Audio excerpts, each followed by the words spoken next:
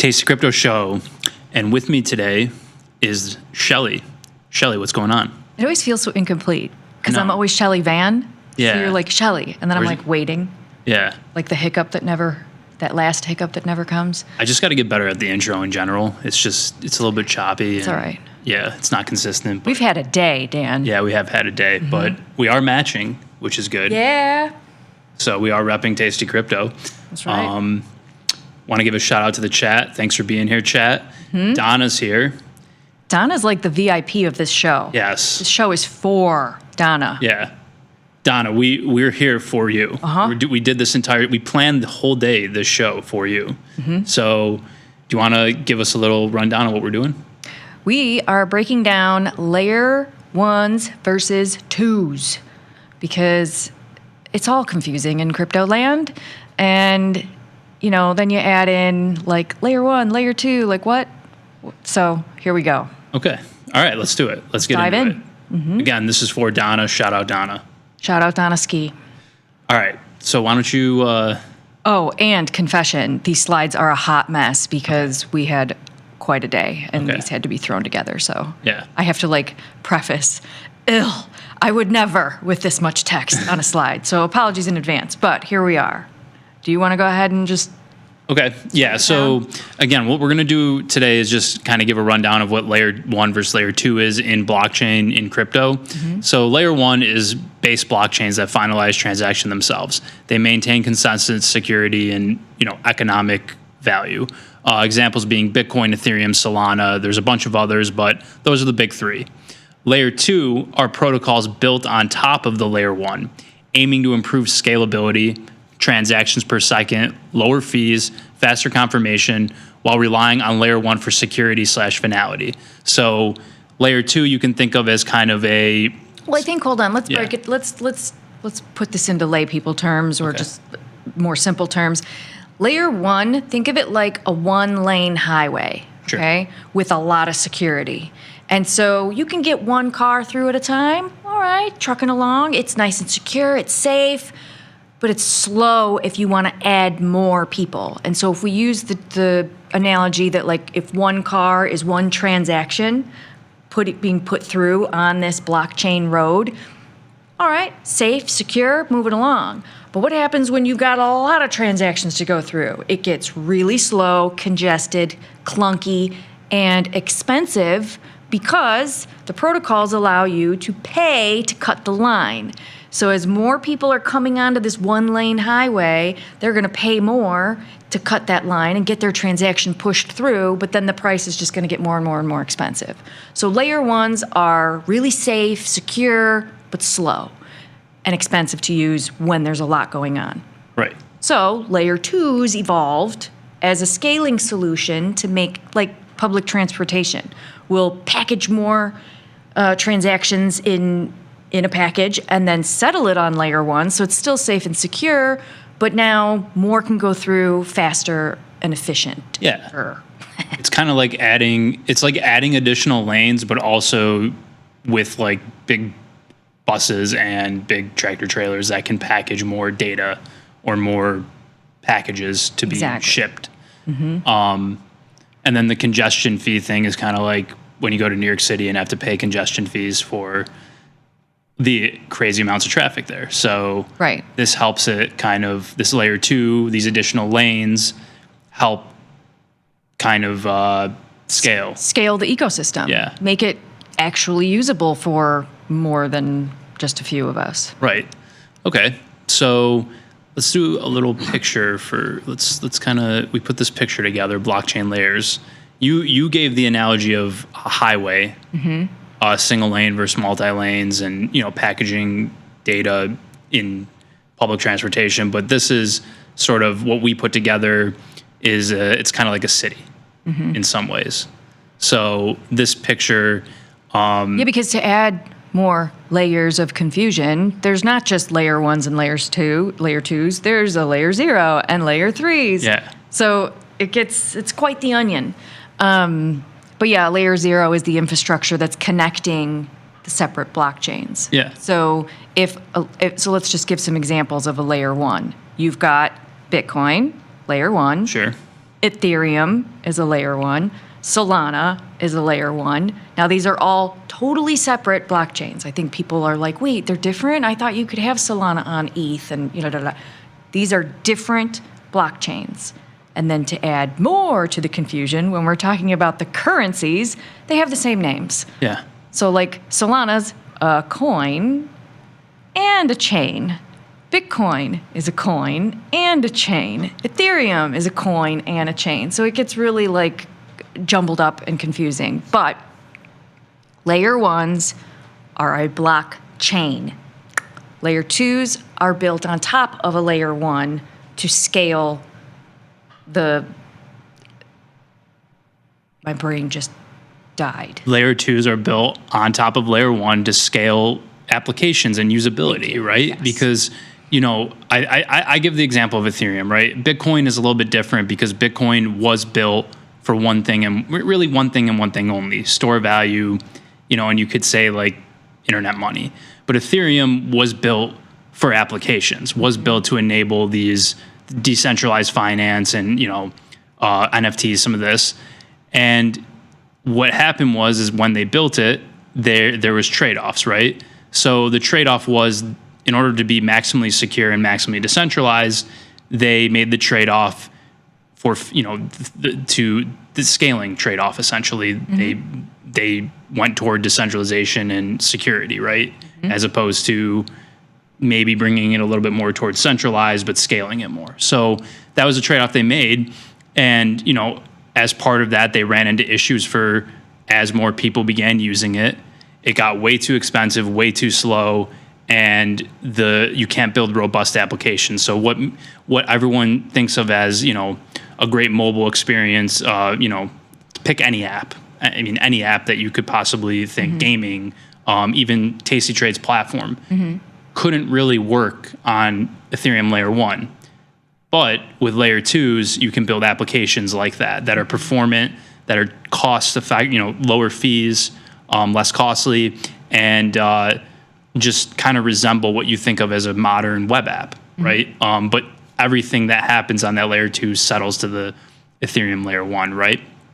Bitcoin, for example, the layer 2 there is Stacks. There's a couple networks that have tried payment channels, essentially, like, opening up peer-to-peer payment channels so that it's quicker, cheaper. But typically Bitcoin is a 10-minute block time. It's pretty expensive.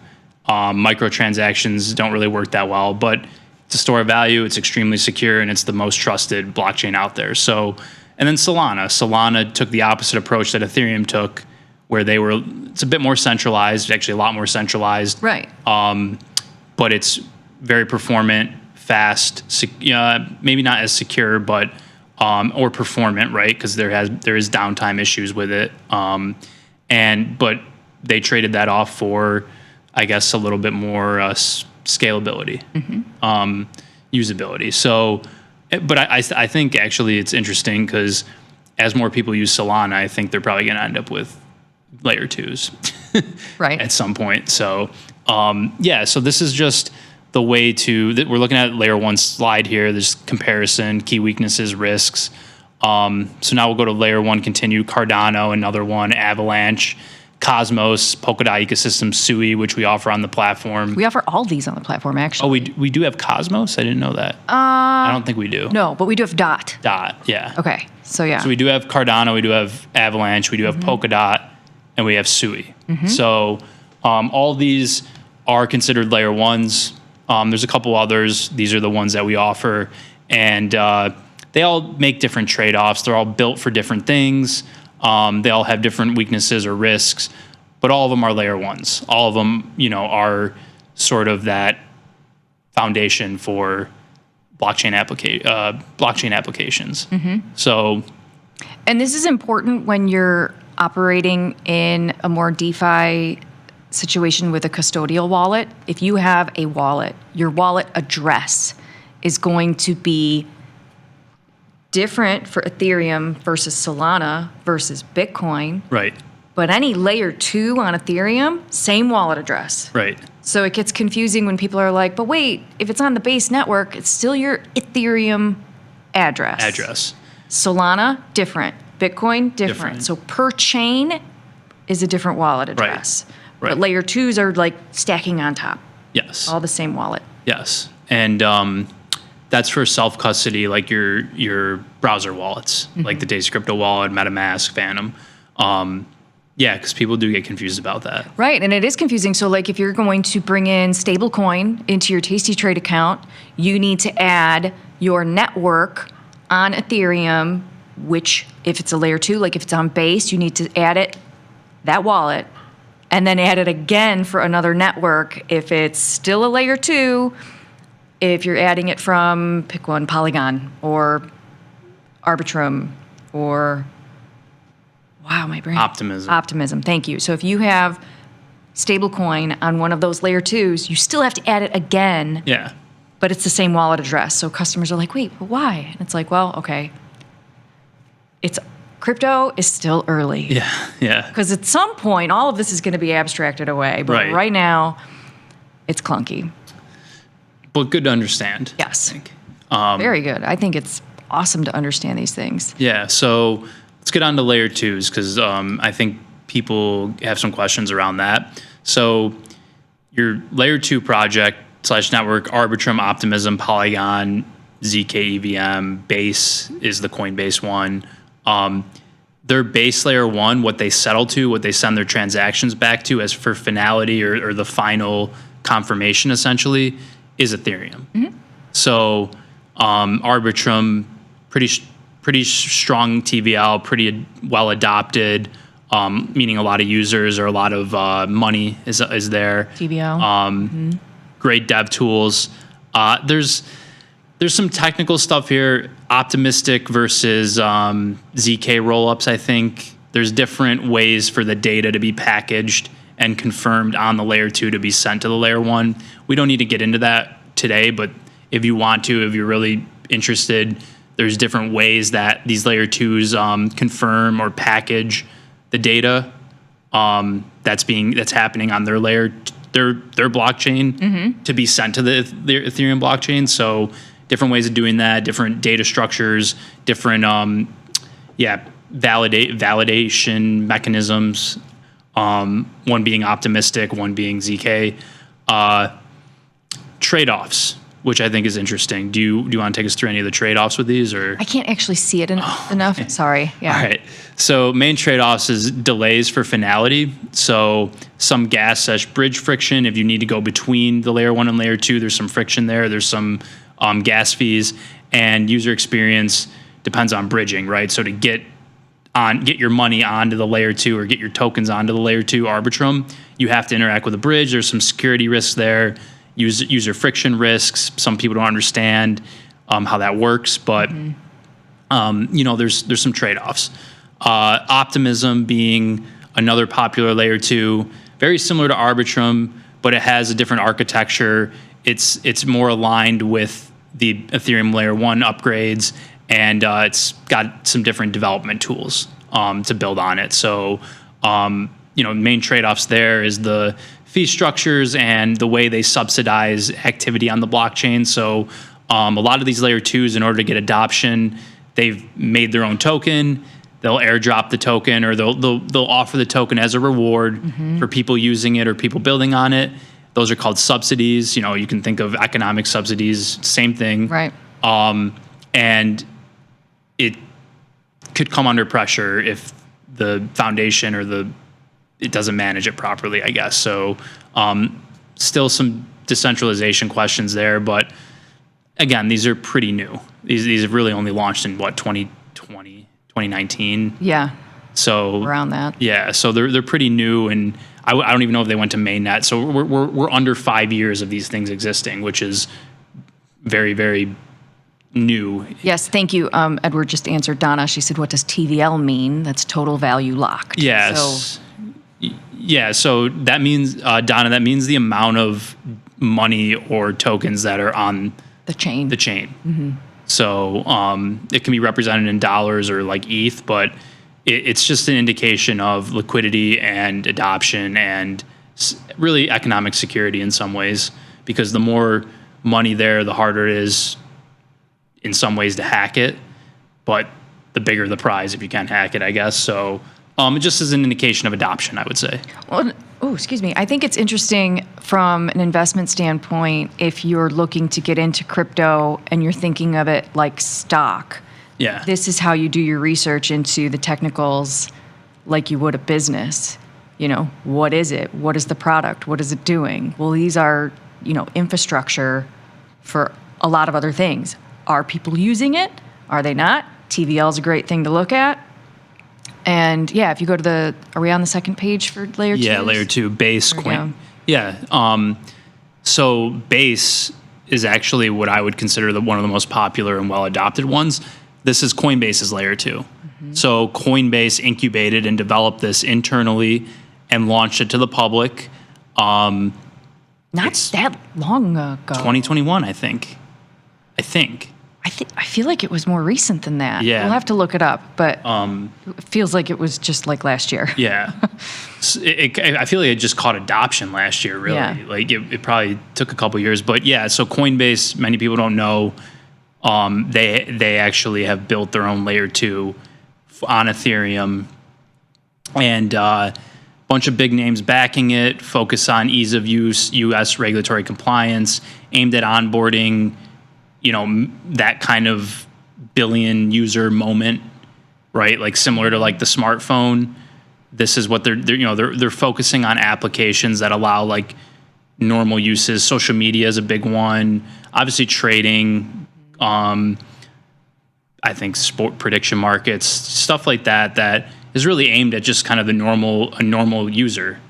Not necessarily like a crypto native or somebody in DeFi or finance, but social media is a big one, and gaming too. Mm-hmm. So that's in my opinion, that's been the most successful one, and probably don't forget NFTs, Dan. And NFTs, yeah. A lot of NFTs on Base, music NFTs too. I put NFTs and gaming together, I think, though. Yeah. In some ways.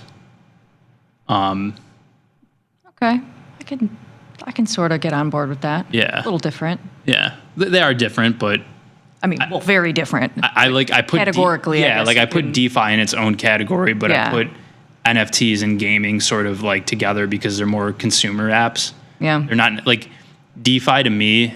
DeFi and like trading applications to me is a very specific use case, but NFTs and gaming is like anybody that doesn't necessarily more abstract. Yeah. Yeah. Or like if you're just interested in social media, gaming, or just kind of a techie, like you've got like a culture bucket. Yeah. And then like the finance, like people. Yeah. Yeah. Exactly. So, and majority of the early adoption was this idea of DeFi or open finance or whatever, trading. Mm-hmm. But now we're seeing with these layer 2s, more consumer adoption in the culture social bucket, I would say, which is good. Because I think this is a bigger bucket, to be honest with you. Retail, yeah, I agree. Because if you think about how the internet tracks or mobile app stores track, like, sure, people put, whatever E-Trade or whatever. Well, not everybody understands finance. Right. DeFi is pretty advanced. Yeah, it's very. But most people understand memes, artwork, games, culture, socializing. Yeah. So yeah, there's a lot there. Yeah. We've gone off route a little bit. And I want to say hi to everybody on X. We've got For Life, Scott, Pensive Chepe, Caldone 678. Hello, and Jerry is on Jerry's X. Here. What up, Jerry? What's up, Jerry? So there's a couple others here. I think they all kind of have their different specialization. Like I see we have Immutable X here. That is a layer 2 specifically for gaming. Mm-hmm. So a lot of the tooling and the way it's designed is for people to build games on top of. So less general purpose, more toward a specific use case. So there's things like that a layer 2 can be as well. And fun, hot off the press, Coinbase is exploring the launch of a token. Is that public information? Yes. I mean, yes. It's really funny. I don't have insider information at Coinbase. That would be cool if I did. But no, I did hear it on other publications. Well, what I think is interesting, not to go off on a huge tangent here about Coinbase, but back in, you remember the 2022, 23, like FTX blow up, Terra Luna blow up, kind of destroyed the industry until basically this past year. Yeah.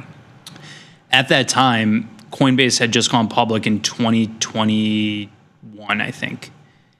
And it traded up to like $300 a share, and then it crashed to $50. Oof. Why didn't I buy it? So I was deep in the weeds, and I was like, oh, Coinbase is launching Base. Like, I had seen Jesse Pollak, the guy who developed it or kind of pioneered it there. The guy behind Base. Yeah, I saw him at ETH Denver. Mm-hmm. I knew there was all this underlying parts of their business. It wasn't just this crypto company that was going to get swept away by the SEC, right? Mm-hmm. That was the narrative on Wall Street. I knew that wasn't true and that there was all this stuff coming. So yeah, I bought Coinbase stock at like $50, $60. So I just wanted to plug my my investment. Your smart move. Well done. Yeah. Well done, Dan. So good flex. Yeah. So anyway, I want to bring up this picture you have. Well, yeah, you can go to that link. Yeah, let me see if I can type it in. This is just we've shown this before on the show. I remember showing Ryan, and he hadn't seen it before, and he was like, what? Okay, so can you explain kind of a little bit what this is? So right now you're looking at ETH on the left, Bitcoin on the right. These are actual real-time transactions represented by South Park characters. They are at scale, so the larger the character, the larger the transaction. And you can see them being put into blocks, hence blockchain, and being processed on the network, okay? The network being the road. So all these blocks are now going down the street. And if you click on one, it'll show you the transaction hash so that you can actually like go look at it on ETHScan here. This is Bitcoin. Oh, you're on Bitcoin. So if you go this is Ethereum. So I'm wondering if I'm looking at a mirror image of what you have. For me, Ethereum's on the left. Bitcoin's the orange one, Ethereum's the blue one. How about that? Yes, there you go. So you could see that this block is bigger, it's slower, it's filling up more. This is there's different layers and different fees that you can do on ETH. Well, and look at all the transactions in line, like waiting in queue. Yeah, here we go. So now you can see all these little characters running, and the bigger the character, the bigger the transaction. So find a big one or find a little one, click on the character itself, and there you go. You can see what they're doing. You can click on that hash, and it'll pull up EtherScan, and you can see what are they doing. I can't see because it's too small on my screen, but it's a really fun way to just visualize how the blockchain works. Right. And then if you go up and you can pick a different one. Yeah, so I want to do, let's see, because I want to do a different chain. Yeah, here we go. Let's do Arbitrum, which is a layer 2, versus ETH, layer 1. Ethereum. So here's Arbitrum, right? So they're all essentially mailing. They're like kind of giving their package to this guy, getting on the escalator or movable walkway, right? And just going, look at how much quicker it is, right? It's kind of... It's more efficient. More efficient. See all these applications here that are on Arbitrum. And yeah, it essentially, they give the package, they give the envelope to the guy that's going to package it, the post office, whatever. And then they're kind of waiting in line to be... They bulk package it, yeah. Yeah. So look, see, he just took it and took it to Ethereum. And now you could probably see that guy go over on the Ethereum blockchain, and then it settles over there. Ooh. Oh. Sorry about that. Yeah, so I just wanted to show the guy because it was kind of cut off, I think. So watch, once this fills up, he'll take it to Ethereum. Yeah. I used to stalk this and try and find my own characters when I was having transactions go through. I'd be like, who am I? Yeah. Too much time on my hands back in the real trench days. Blob. Okay. This is part of it. So this package, all these packages that this mailman will take and put to the Ethereum, it's called a data blob. So the way they're representing this on this system or this visualization is this little green character. Love So that. if you click on it, it's a blob. Someone's asking, can you show Solana? Solana. I don't think Solana. On this one, I can't. There's no visualization on this particular tool or that we found, but I'll look around for it. Yeah, we'll try and find something similar. Yeah. Just want to move this down because you couldn't see here. I just want to show, so when it fills up and it gets packaged, they're taking it to Ethereum. So you'll see in a second here. Oh, I see. You're not sharing the right. It's not capturing your whole thing. There it is. See, he packages it up. He's the postman. He takes it to Ethereum. So just a simple, fun visualization for that. So let's go back here to the final slide. And we can kind of fly through this because we kind of went over a lot of that. Okay. And we can post these slides later. So if anybody. Yeah, we'll post the slides to Discord. We'll post the slides, maybe the newsletter. We'll grab a couple slides. But challenges, trade-offs, what to watch, kind of summing it all up. Security versus performance. Layer 2's inherent security from the base chain, Ethereum. But they introduce new attack services. User experience and liquidity, onboarding across layer 1, layer 2, and back can be confusing or risky. There's fragmented liquidity. It can kind of make it less efficient in some ways, depending. Decentralization and governance. Some L1s or L2s have more centralized sequencers or validators. So for trust, that matters. Single point of failure, kind of what we were trying to avoid here. Regulation risk, especially for big chains or ones tightly bound to centralized entities, exchanges, parent companies, Coinbase. So there's still some trade-offs, still pretty new. Like I said, these are under 5 years old. Some are getting adoption, but yeah, I think that's kind of summing it all Well, up. I guess we need to ask Donna, did we help answer the question, what's the difference between a layer 1 and a layer 2? Because if not, we have failed.